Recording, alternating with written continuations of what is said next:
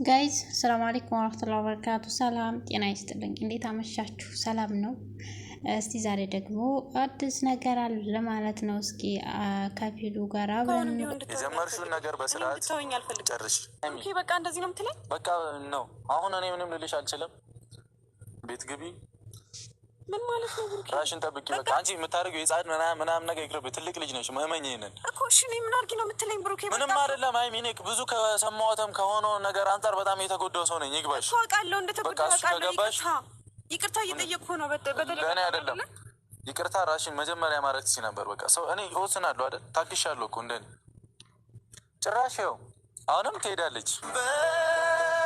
እሺ ጋይስ ሰልችቶኛል፣ በቅቶኛል፣ እንለያይ በቃ። የራስሽ ጉዳይ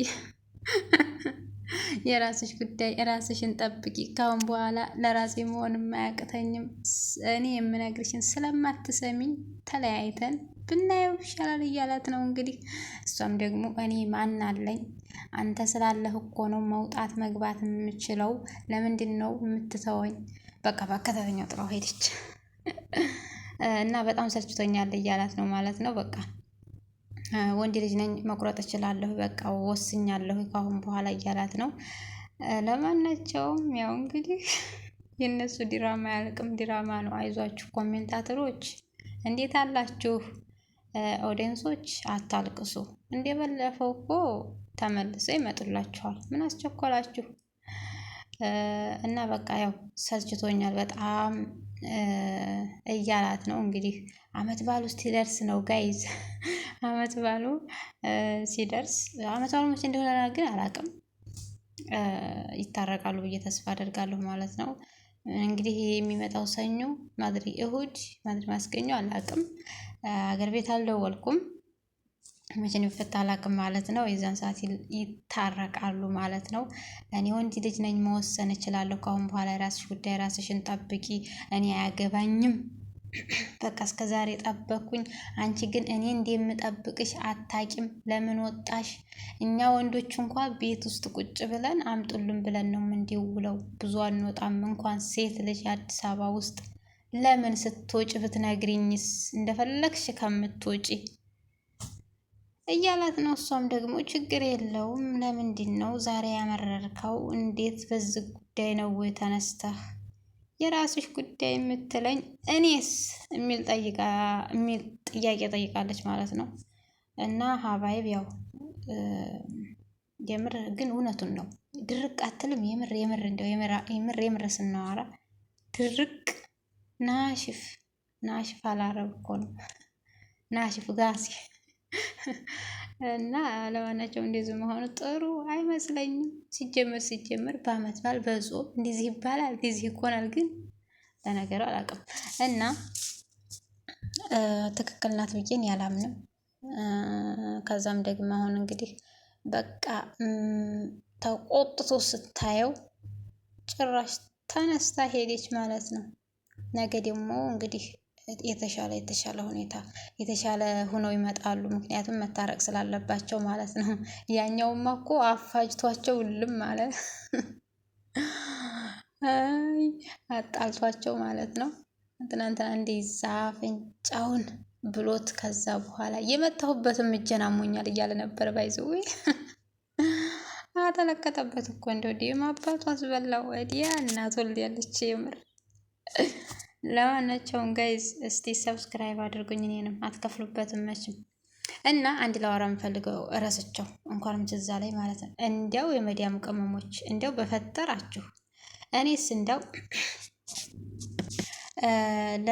ማን ነው የሚባሉት እነዚህኞች ዱባይ ሄዱ ስትሉ ሰምቻለሁ። ዱባይ እና ለነሱ ወርቅ ገዝታችሁ ከምትሰጡ እንዲያው እኔ እምለው እንዲያው ጡትና ይሄን ታፋዋን የምትሸፍንበት ልብስ ብትገዙላት የተሻለ አይመስላችሁም?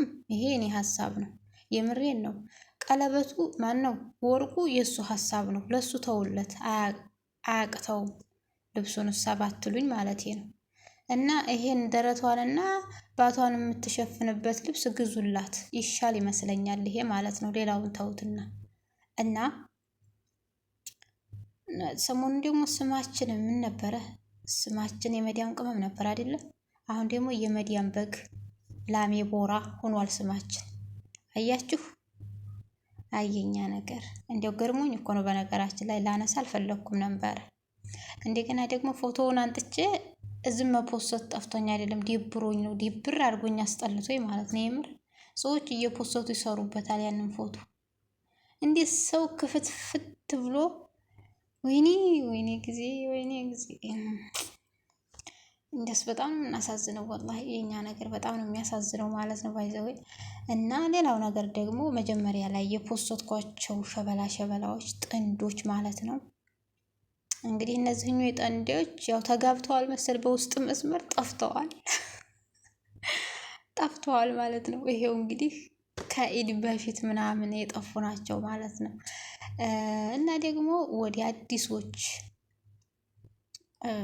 አዲሶች ጥንዶች ስመለስ ዛሬ ደግሞ ፕራንክ አርጓታል መሰለኝ። እምባዋ ሲንደበደብ ነበረ ትናንትና። እሷ ፕራንክ አድርጋ ለሀር ነው ላገባ ነው ስትለው ነበር የሚለውን እኮ ልትሰማ ነው። አቤት የሴቶች እኮ ገራሚ ነው።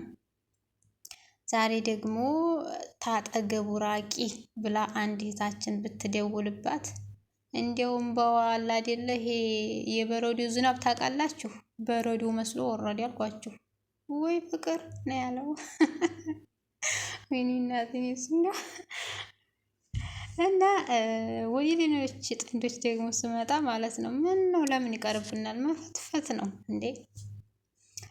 ወደ ፈኪና ወደ አህሙ። በነገራችን ላይ አህሙ ዛሬ ማለት ነው አድናቂው አህሙ ሲለው ነበር አፋፍ ላይ ቆሞ እና ወደ እሱ ስመጣ ደግሞ ፈኪ ግን የምር ታበዛዋለች አይመስላችሁም? ቤተሰብ መመናቀር ምናምን። አረ ሰከን በይ ቆንጆዬ፣ ሰከን በይ ቆንጆይቱ አለ አጉቴ እኮ ነው። ሰከን በይ። ምንድነው እንደዚህ በጥፊ መማታት? ወንድ ልጅ ያስደስትሻል? አረ በጣም ነው የሚደብረው። ባይዘው በጣም ነው የሚያስጠላ የምር።